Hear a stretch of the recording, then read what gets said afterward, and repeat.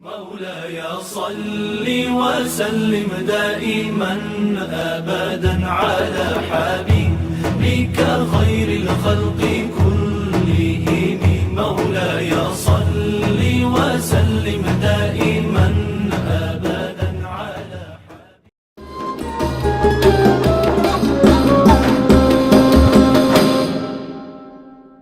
Assalamualaikum warahmatullahi wabarakatuh. Jadi saya akan membahas topik yang lumayan dekat dengan kehidupan kita, yaitu manusia dalam perspektif Islam serta tugas dan tanggung jawabnya.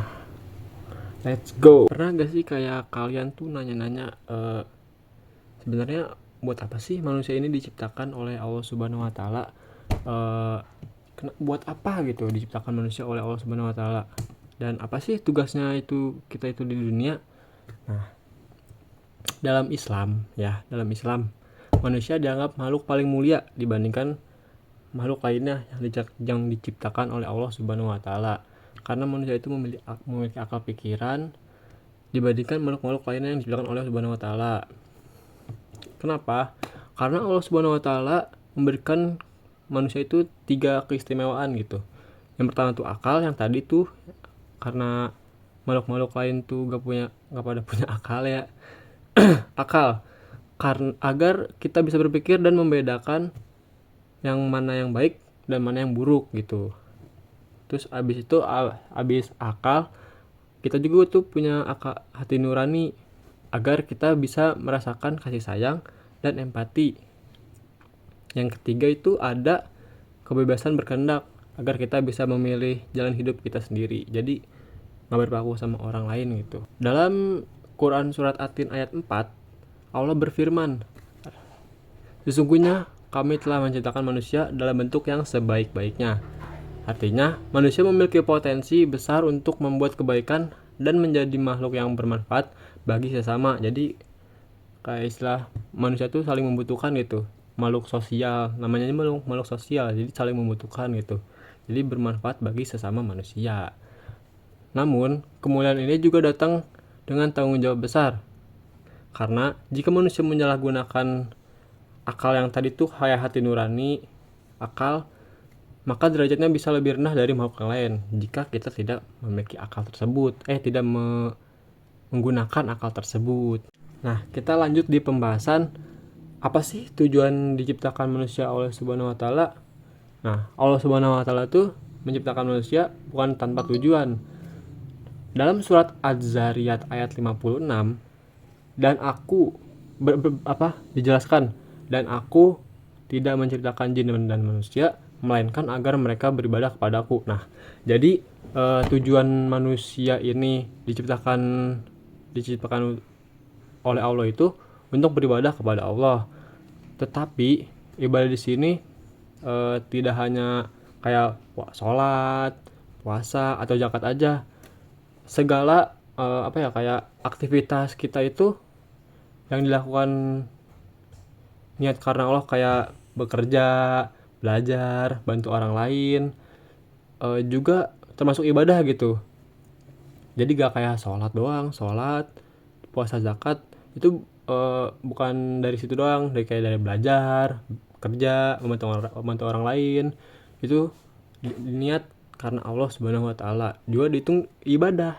Nah, selanjutnya ada tugas dan tanggung jawab manusia. Kalau disimpulkan ada dua peran utama manusia dalam Islam. Yang pertama itu ada sebagai hamba Allah dan sebagai khalifah di bumi.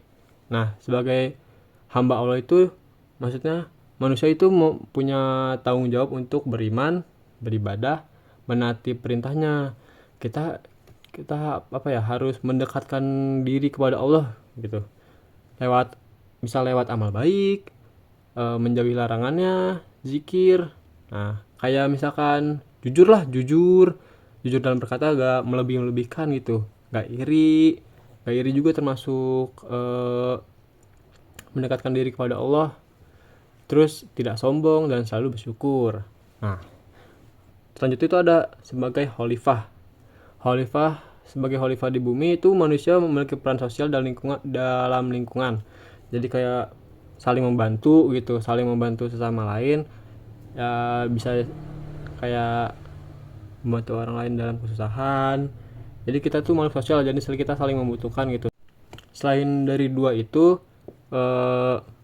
manusia juga harus menjaga hubungan ini, yaitu ada dua, hablum minallah dan hablum minannas.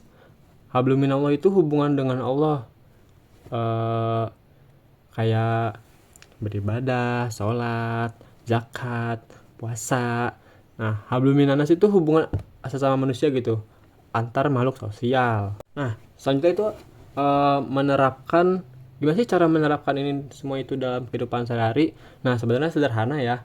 Kayak kita tuh bisa mulai dari menjaga ucapan, menjaga sikap, menghormati orang tua dan guru, rajin belajar, menolong tanpa pamrih, serta menjaga lingkungan. Kayak itu tuh kayak ya udah sehari-hari kita gitu. Gampang lah kalau mau menerapkan nilai-nilai yang tadi itu dalam kehidupan sehari-hari.